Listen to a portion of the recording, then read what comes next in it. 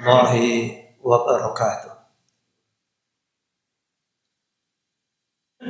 Alhamdulillah, wassalatu wassalamu ala rasulillah wa ala alihi wa sahbihi wa mawala. Asyhadu an la ilaha illallah wa asyhadu anna muhammadan abduhu wa rasuluh. Allahumma salli wa sallim wa barik ala abdika wa rasulika Muhammadin wa ala alihi wa sahbihi wa tabi'ina ila yaumiddin, amma ba'd. Para jemaah sekalian, kita berdoa mudah-mudahan semua yang sudah kita lakukan selama ini, khususnya selama kita berpuasa, semua yang baik diridhoi oleh Allah Subhanahu wa taala, diterima dan kita memperoleh pahala. Dan kita berdoa, kalaupun di sana sini masih ada kekurangan, keterbatasan kecil maupun besar, sengaja ataupun tidak, mudah-mudahan Allah berkenan membuka pintu ampunan untuk kita semua. Mudah-mudahan kita selalu sehat sampai akhir kita puasa. Para jemaah sekalian, ada dua ayat yang akan coba kita pelajari, yaitu surat An-Nahl ayat 24 dan ayat 30. Suratnya sama, surat An-Nahl, tetapi ayatnya beda, 24 dan 30. Bunyinya gimana? Gini. Di ayat 24 itu Allah berfirman, a'udzubillahi minasyaitonirrajim. Wa idza qila lahum madza anzala rabbukum qalu asatirul awwalin. Jika dikatakan kepada mereka atau ditanyakan kepada mereka, apa yang sudah diturunkan oleh Tuhanmu? Mereka menjawab, dongeng orang-orang terdahulu. Ya, itu ayat 24. Ayat 30 bunyinya begini. Wa qila lil ladzina taqaw madza anzala rabbukum qalu khairan. Apabila ditanyakan kepada orang-orang yang bertakwa, pertanyaannya sama. Madza anzala rabbukum? Yang sudah diturunkan Tuhan itu apa? Orang yang bertakwa itu menjawab, qalu khairan. Baik. Jadi kesimpulannya, di dua ayat itu Allah memberikan gambaran perbedaan antara dua kelompok. Yang pertama, orang-orang musyrik, kalau ditanya tentang apa yang dibawa oleh Nabi kita Muhammad, mereka menjawab, yang dibawa Muhammad itu cuma dongeng. Tetapi kalau orang yang bertakwa, yaitu para sahabat, apa yang dibawa Muhammad? Mereka menjawab, baik semua. Nah, itu. Para jemaah, pagi ini kita akan sampaikan sebuah kisah. Kisah itu ada di dalam buku sirah, juga ada di dalam kitab tafsir. Kisah itu ada dalam tafsir dua ayat itu. Kisahnya begini. Jadi begini, orang Quraisy itu pusing mikir strategi apa yang harus dipakai untuk menghadapi Nabi Muhammad. Orang ini dilawan pakai apa sebenarnya? Enaknya gitu. Semakin dibendung, arusnya semakin kuat. Semakin dilawan, semakin terang cahayanya. Bingung orang Quraisy itu.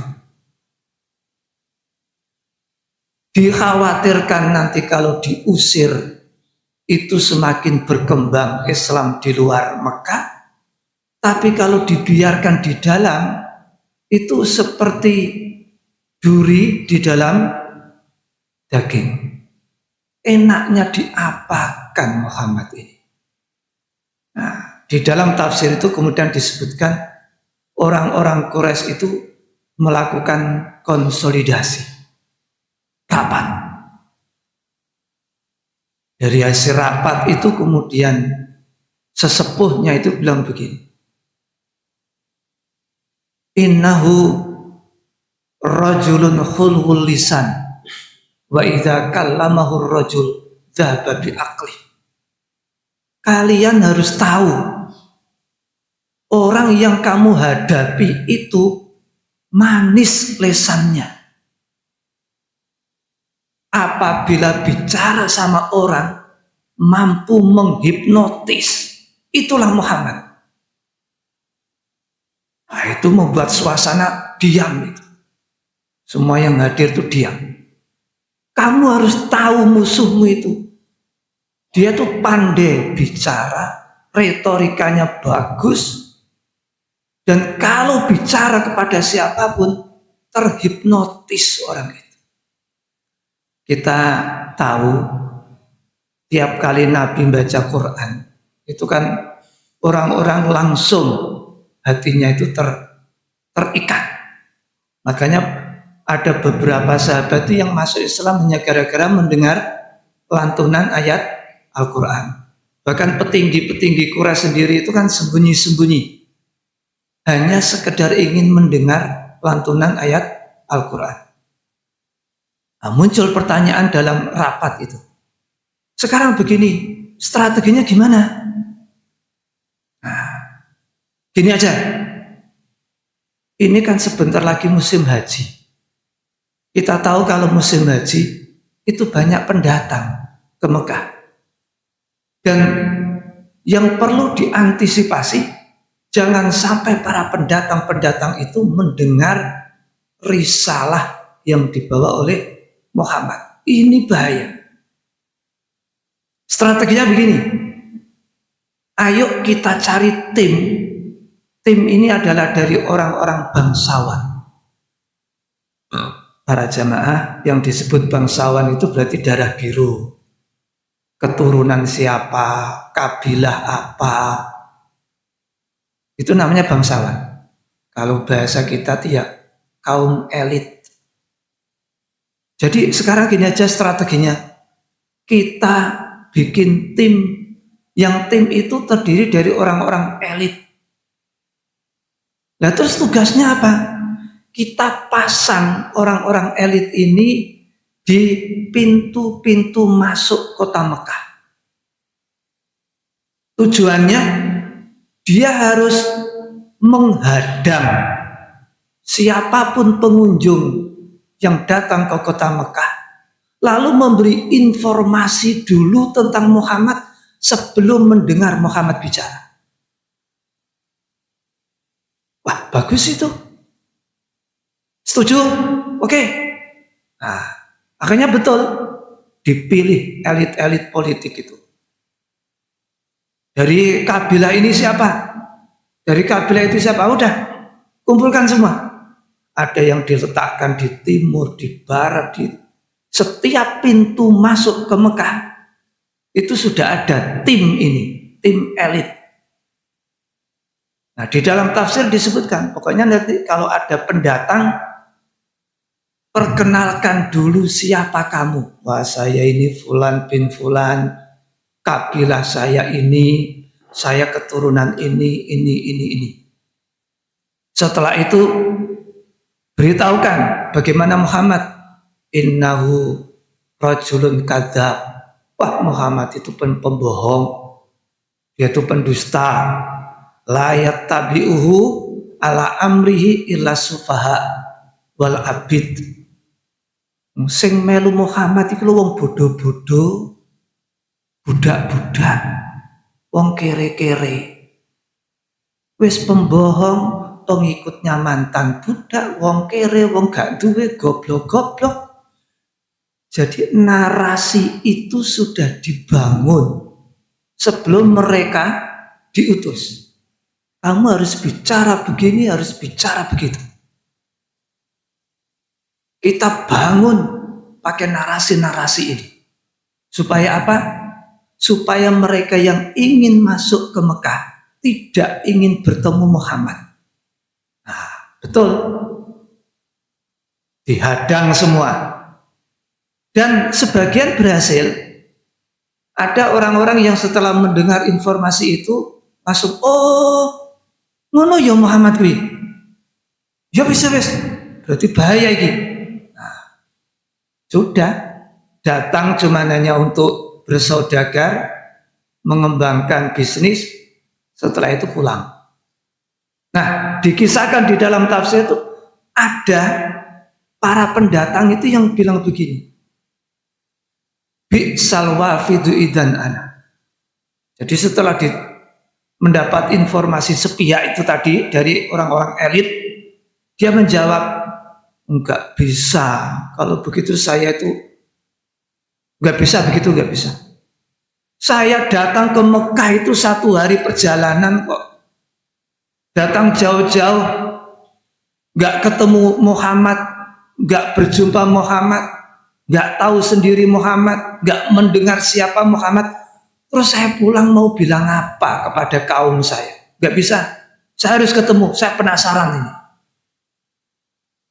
Akhirnya ketika mereka masuk ke Mekah dan mencari Nabi, ketemu dengan umatnya, ketemu dengan sahabatnya, ceritanya beda. Oh, Muhammad itu Nabi kami, orangnya santun, luar biasa akhlaknya, mengajak kami untuk bersifat adil, begini-begini, gak boleh punya budak, saling membantu, bersaudara. Kaget, yuk. Informasi yang saya terima di pintu gerbang masuk Mekah begini, yang betul mana? Ayo ketemu Nabi langsung aja. Nah, ketika ketemu clear semua. Oh alah, tadi itu ternyata salah informasinya. Dari sini ceritanya sudah bisa ditangkap. Oke, nah sekarang kita ambil pelajaran. Pelajarannya apa? Pertama, kita hubungkan dulu dengan ayat tadi itu. Ayat 24, orang-orang itu tadi ditanya, apa yang diturunkan oleh Tuhanmu? Mereka menjawab, asatirul awwalin. Yang diturunkan, yang dibawa Muhammad itu dongeng. Dongeng saja. Ya wis ngono kuwi lah.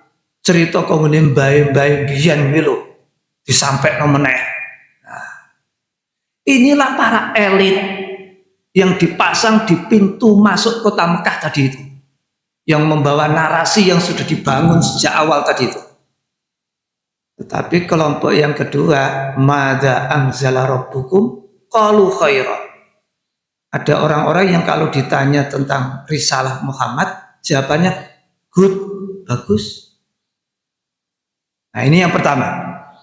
Yang kedua, para jamaah sekalian, dari kisah itu kalau ditarik ke dalam kehidupan kita yang modern saat ini, apa yang dilakukan oleh orang Quraisy, terutama rapat tadi itu, menghasilkan tim elit, itulah yang disebut bahasa kita sekarang dengan framing.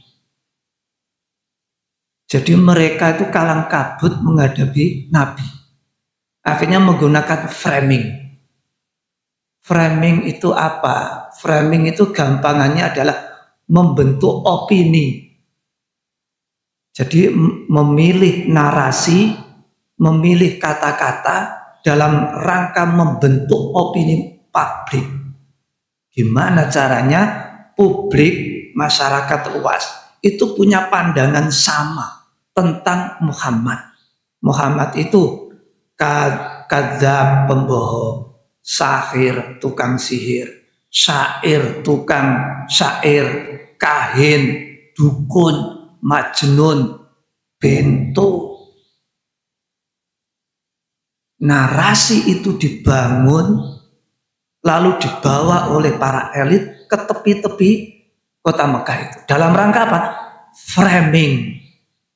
Biar semuanya masyarakat itu punya opini yang sama. Muhammad itu jahat, enemy. Nah, ya. Kalau zaman kita sekarang yo banyak para jemaah. Sekarang ini kan katanya Khomeini mati, ya toh? Itu kan framing. Setelah itu dibilang orang yang paling jahat di dunia itu Khomeini. Terus yang satu lagi begini. Apalagi ini sudah ada informasi katanya Rusia wis gatel, Cina wis sikile wis gatel, apa ngewangi Iran. Kim Jong kurang satu apa? Kim Jong wi yo melu benan. Saya rame dunia ini, semuanya memframing.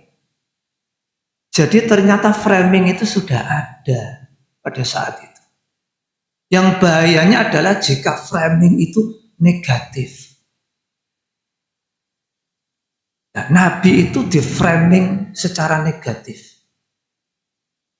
Tetapi ada yang menarik, kenapa mereka berpikir sampai menggunakan strategi framing? Itu karena mereka tidak mampu menghadapi Nabi yang tadi disebut hulwul lisan. Kalau ngomong itu simpatik, halus. Jadi kalau bahasa kita gitu, dakwah Nabi itu persuasif. Persuasif itu begini. Persuasif itu dakwah yang dengan kesantunan, dengan daya tarik, memikat, kemudian argumentatif. Jadi argumentasinya tuh ngena gitu loh.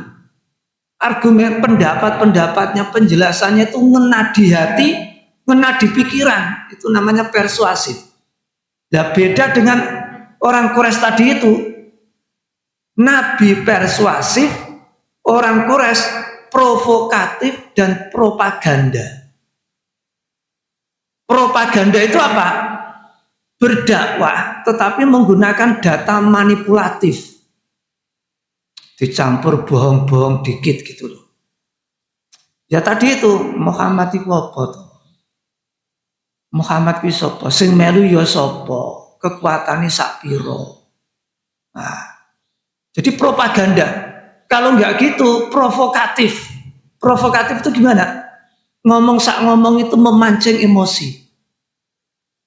Itu orang Quraisy itu. Di sisi yang lain Nabi itu halus, menarik, simpatik. Yang sini itu provokatif, propaganda. Nah, di samping itu pelajaran yang lain dari kisah tadi itu, salah satu teori konspirasinya orang Quraisy itu adalah mengalihkan isu. Ini strategi komunikasi dan juga strategi politik ini termasuk. Mengalihkan isu. Isu sebenarnya yang sedang viral saat itu kan risalah yang dibawa oleh Nabi, yaitu tauhid, anti syirik, anti perbudakan. Itu isunya. Tetapi kemudian itu di framing bagaimana isu itu tidak muncul ke permukaan, tetapi mengalihkan isu-isunya apa? Muhammad itu. Jadi begini, Quraisy tidak mampu melawan Nabi. Akhirnya teori yang dikembangkan, jangan lawan Muhammad, tapi serang reputasinya. Reputasinya serang. Kredibilitasnya itu hancurkan. Bikin narasi, bangun opini, pengaruhi persepsi. Muhammad ngene. Ben ajur jenengi. Seperti itu itu polanya orang Quraisy. Artinya apa? Begini, jamaah. Ben kena urusan ini. Kita sholat tarawih itu nek metu jam piro?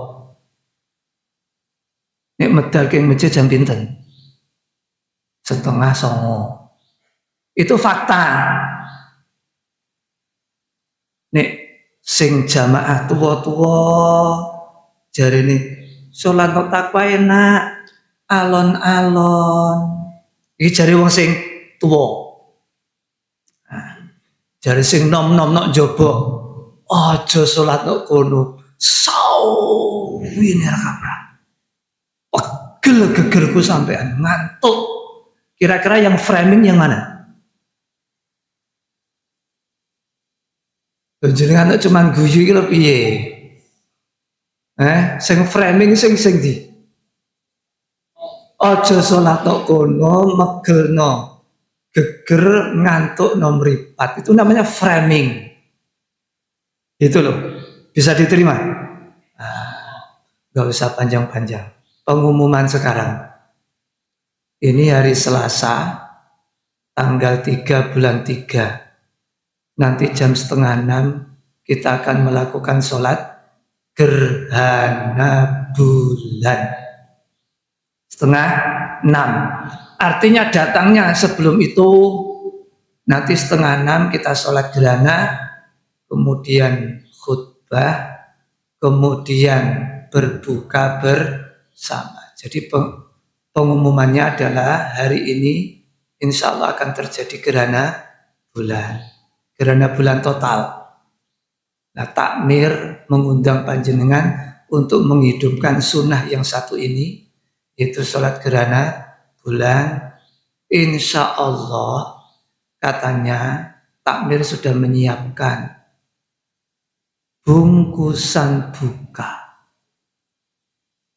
Siap untuk hadir? Disebarkan, diajak kanan kiri. Terima kasih, mudah-mudahan kita selalu sehat. Assalamualaikum warahmatullahi wabarakatuh.